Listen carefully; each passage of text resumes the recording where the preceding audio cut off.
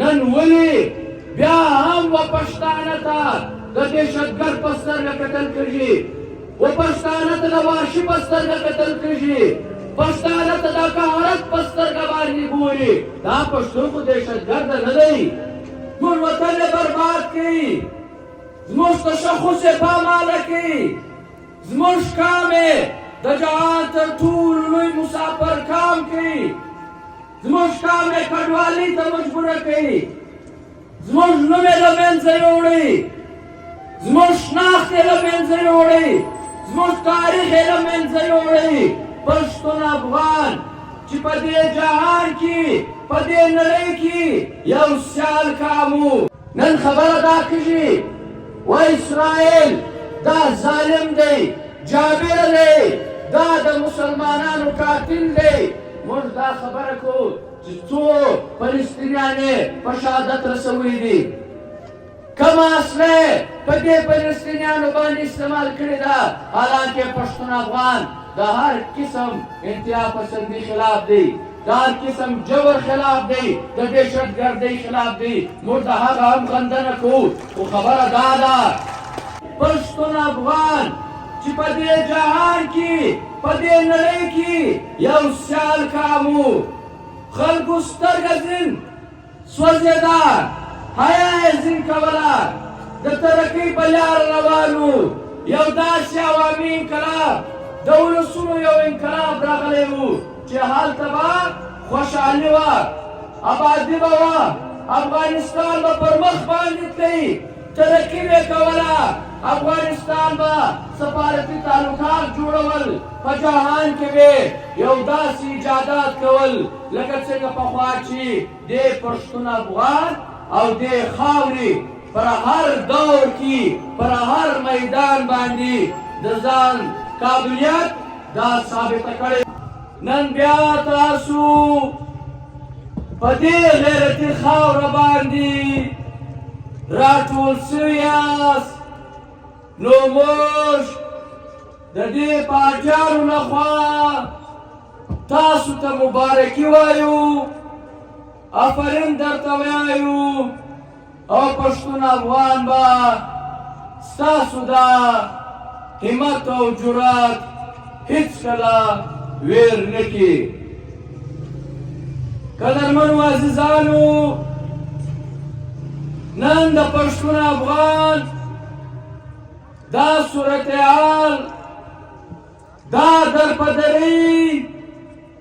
د پاکستان هغه 50 کلنه ناکامه خارجه پالیسي ده چې کومه خارجه پالیسي دوی د پښتون افغان پر وطن باندې نافذه کړه او تجربې ناکامه تجربې کې وکړي. د دې پالیسیانو په نتیجه کې نن افغانستان چې د پښتون افغان مرکزه وه، نن دا پښتون افغان هغه د ملي سټیټ هغه نن له منځه تللی دی. 45 کاله راسي افغانانو د خیر ورځ نه ده لیدلې. د افغانستان ملي سټیټ لاړی، د افغانانو شناخت د نوم لاړی له منځه، ستا سرود لاړی، ستا هغه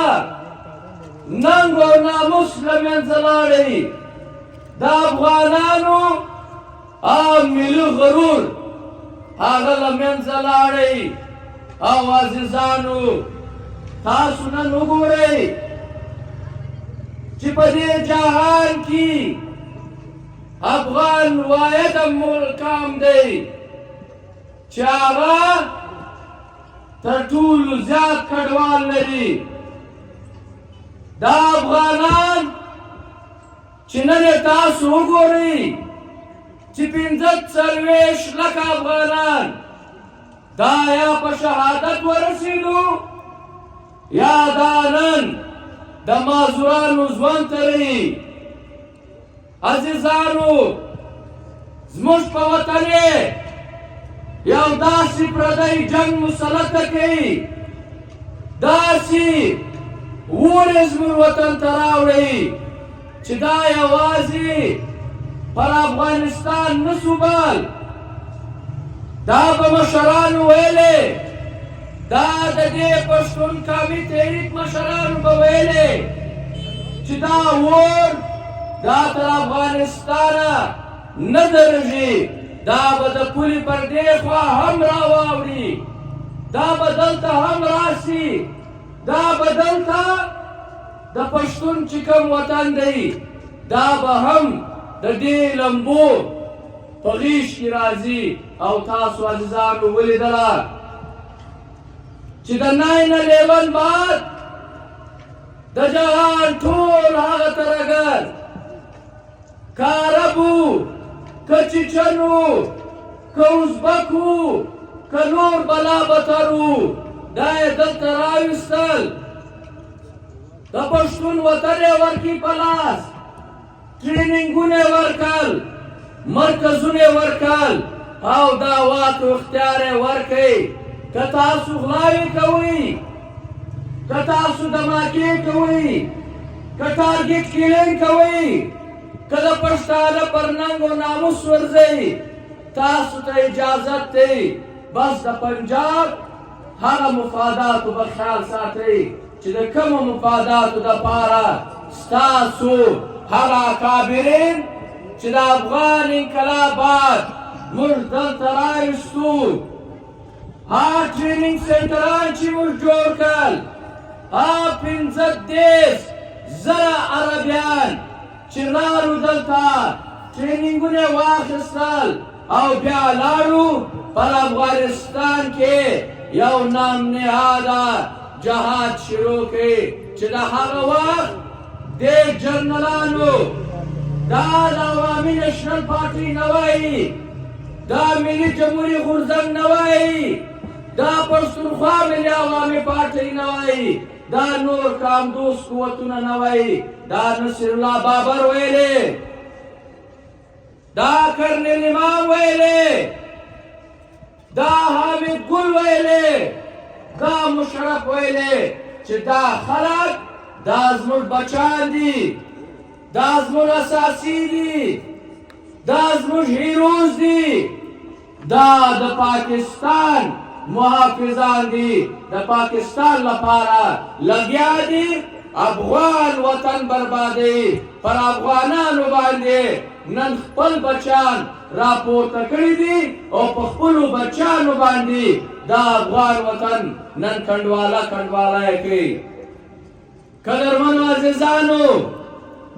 دې نام نهاد جنګ، دې د کفر او د اسلام هغه نام نهاده جنګ موږ ته څه راوړل؟ زموږ وطن یې برباد کړي، زموږ تشخص یې پاماله کړي، زموږ کام یې د جهان تر ټولو لوی مسافر کام کړي، زموږ کام یې کډوالۍ ته مجبوره کړي، زموږ نوم یې له منځه یوړی، زموږ شناخت یې له منځه یوړی،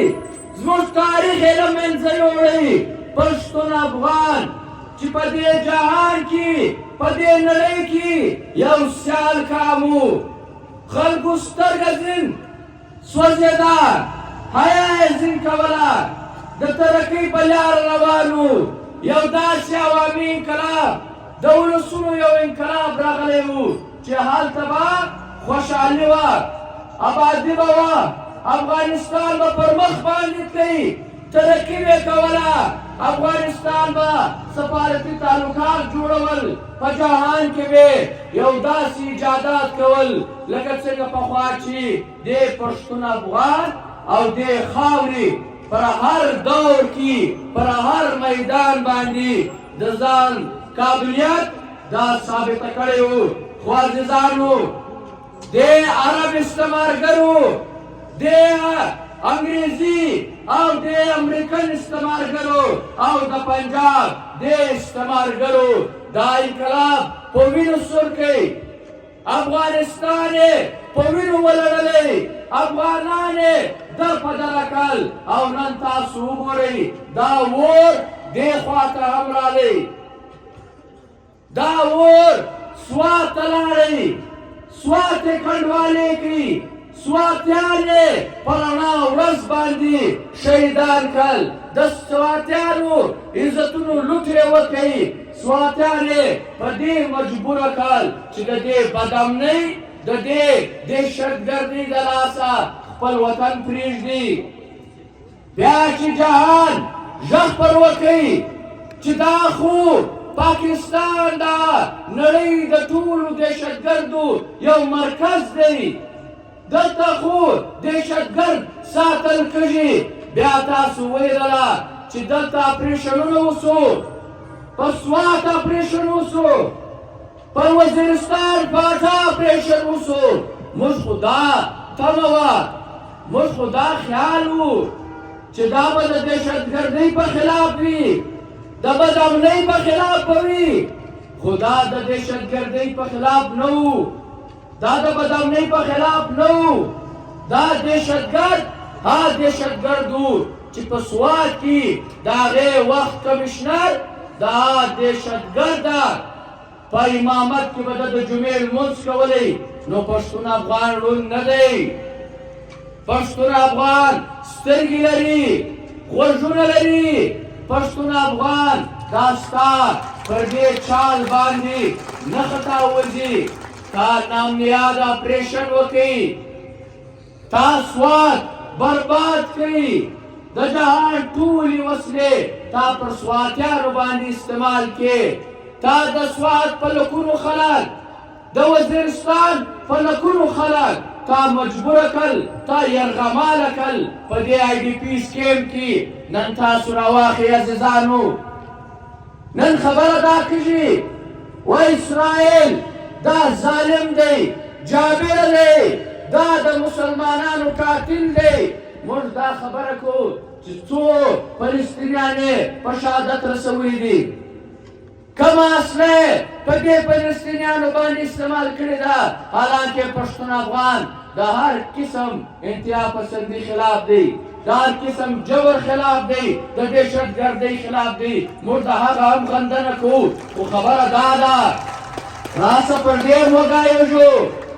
اسرائیل کم ظلم وکړي راسه د افغانانو سره کم ظلم دی استعماري قوتونه وکړو د جهان تر ټولو لوی بم ایټم بم دی د هغې بعد یو بل بم دی چې ورته ورکړي د بمونو مور دا د بمونو مور پر افغانانو باندې پر افغانستان کې استعمال شوه د هغه وخت د افغان انقلاب بعد چې جهادیانو د هغه وخت جدید اسلحه چې سټینګر میزایل یې ورته ویلې هغه جدید اسلحه د افغانانو په خلاف استعمال شوه دا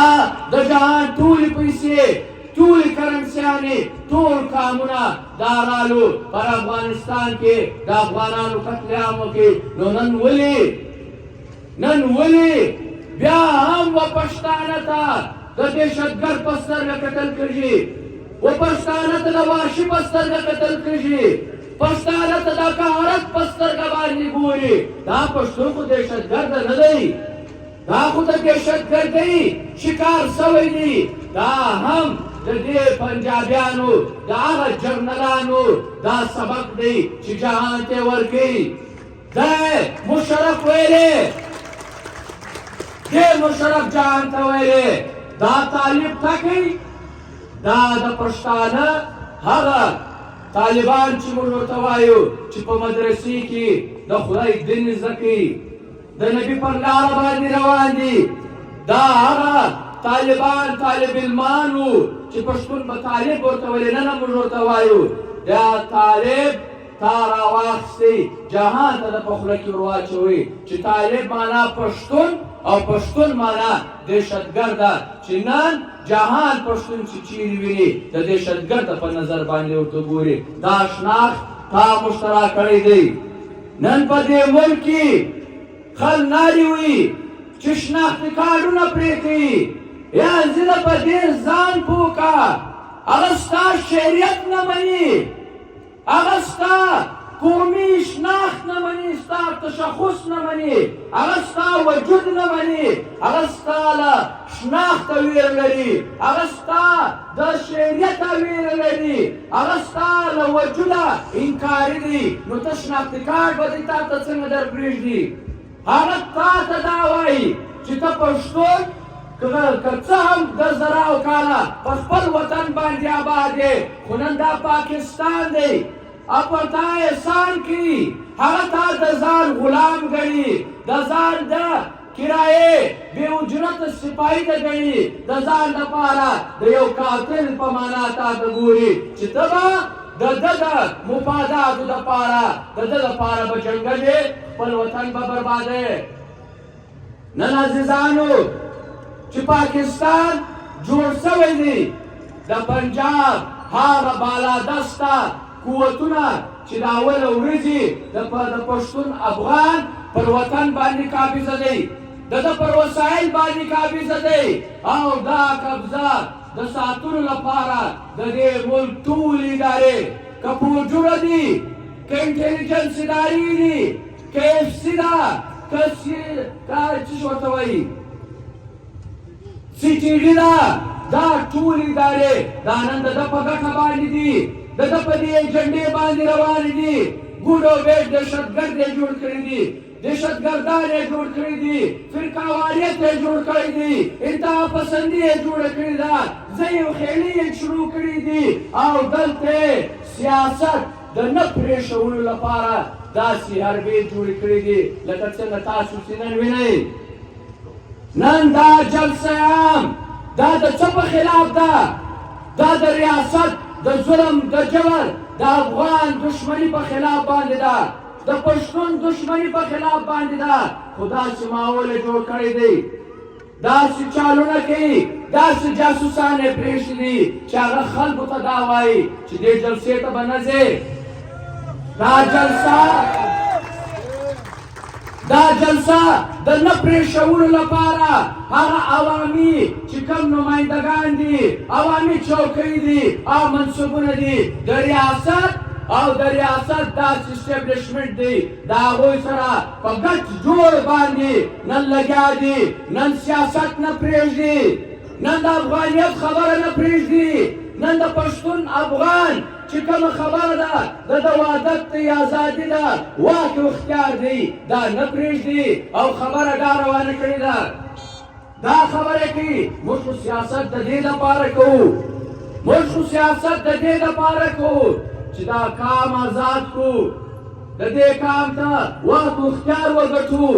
د پنجابي د غلامۍ ځان آزاد کړو. دوی سیاست د چوکۍ دپاره شروع کړی دی، دوی دا خبره کوي چې موږ ته نه یو ذمهواره،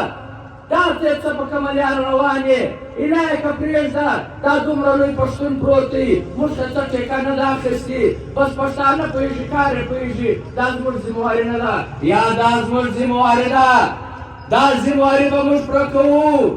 عزیزانو تاسو ته موږ دا خواست کوو چې راسئ لاسونه پره ورکړو، راسئ یو داسې اتحاد سره جوړ کړو، او ملي شهید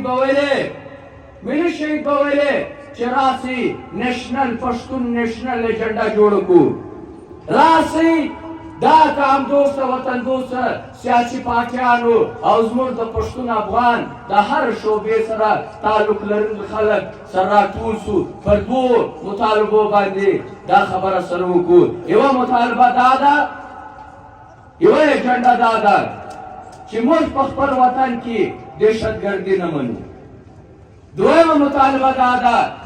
چې موږ په خپلو وسایلو باندې خپل اختیار غواړو، او تر څو پورې چې تا پر خپلو وسایلو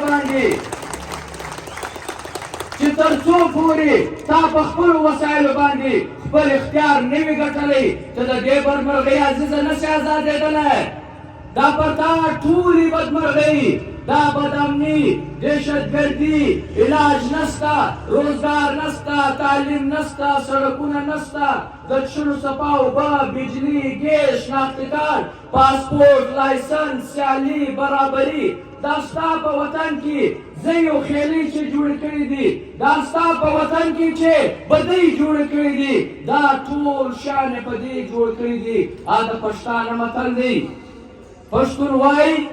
په مرګ یې ونیسه په تبه باندې راضي کا دا نن ته په مرګ نیولی ته نن په مرګ نیولی په تبه د راضي کوي تا به په دې راضي کوي چې ته وطن ور ولیکې ته دا وسایل ور ولیکې دا نن چې کوم حالات بیا را روان دي نن وایي چې افغان کډوال به له دې وطنه ځي زموږ سوال نن دا دی چې تا خو ویلې دا د پاکستان محافظان دي تا به ویلې دا مسلمانان وروڼه دي تا به دلته راوستل ټریننګونه د ورکول تا خپل وطن په لوټې لوټې کوي تا د ده په وطن کې د ده په لاس باندې اور په بل کې نن څه اوسو نن څه ده مسلمان ورور نن بیا ته څه په وطن کې نه خوښې ته نن څه زیرې ستا د دې افغانانو دومره نفرت ولیدي ته دومره نفرت ولې د پښتونه لرې نن هم موږ دا ساده نه راخلي دا ساده نه ده دا د افغان کډوالو ایستل شاته ستا یوه پالیسي ستا دا پالیسي پښتون افغان پېژني نن بیا د امریکې او د چین په مابین کې بیا یوه سړه جنګ کولډ وار چې ورته وایي نن به بیا شروع کړي بیا به په دې خطرناکو حالاتو بیا به دا پښتون وطن اور اخلي بیا ستا ارادې دا دي چې ته هلته چې کوم خل ناست دی دا بلیک میله کې دا په افغانستان کې چې کوم نامنیاده خل ناست دي دا بلیک میله کوي او په دې جنګ کې به بیا پښتون افغان استعمالوي پښتون افغان تا ته دا اجازت نه درکوي پښتانه نن راویښ شوي دي موږ یو هم افغان کډوال ته وایو کورونه به نه خرڅوي دوکانونه به نه خرڅوي جایدادونه به نه خرڅوي دا ستا د پلار وطن دی دا ستا د نیکه وطن دی ته به دلته ژوند کوې یو غیر قانوني یا دا قانوني غیر قانوني کډوال نشته کډوال وي او دا کډوال تا برباد کړي دي او نن هم په خپل وطن کې اوسي راسئ دا پښتون وطن دی دا ستا وروڼه دي موږ هم افغانان یو زموږ زولۍ پراخې دي زموږ وطن پراخ دی موږ تاسو ته ولاړ یو راڅه غېږه راوړه دا ستا وروڼه دي ستا کومکیان دي چې زه در سره یم په تا هېڅ څه نشي څوک کولی نو عزیزانو نن بیا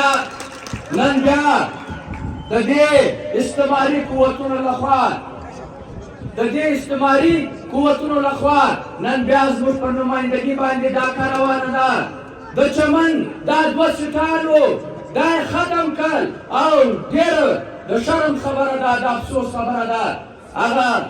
اظهر خان صاحب یې یادوي خلک ور معلوم دي چې چا د دې په خلاف باندې کیس کړی و ته دومره لونی سوی دومره لونی یې چې خپل سیټان ختموې خپل قوت ختموې خپل طاقت ختموې بیا لګیې بیا وایې بلوڅ داسې کوي بلوڅ پلانکی کوي دا د چمن پر سیټ باندې بلوڅ کیس نه دی کړی سندھی کیس نه دی کړی سرایکي نه دی کړی دا تا کیس کړی دی دا ته پښتون دشمن یې دا ستا ذاتي مفادات دي نو موږ دا نه منو د مصرخیل صرف بابا تباله کوي دا ارنایي د بابا تباله کوي او په اخره کې د دې جلسې لخوا د عوامي نېشنل پارټۍ د دې پښتون قومي سیاسي تحریک یو ډېر تکړه مشر ارباب غلام قاسي د شهادت په حواله باندې دا جلسه هم دا مطالبه کوي چې د دې د جوډیشل انکوایري وشي او موږ ارباب صاحب ته دا ټکټ ګلونه وړاندې کړو کور به دا ډېره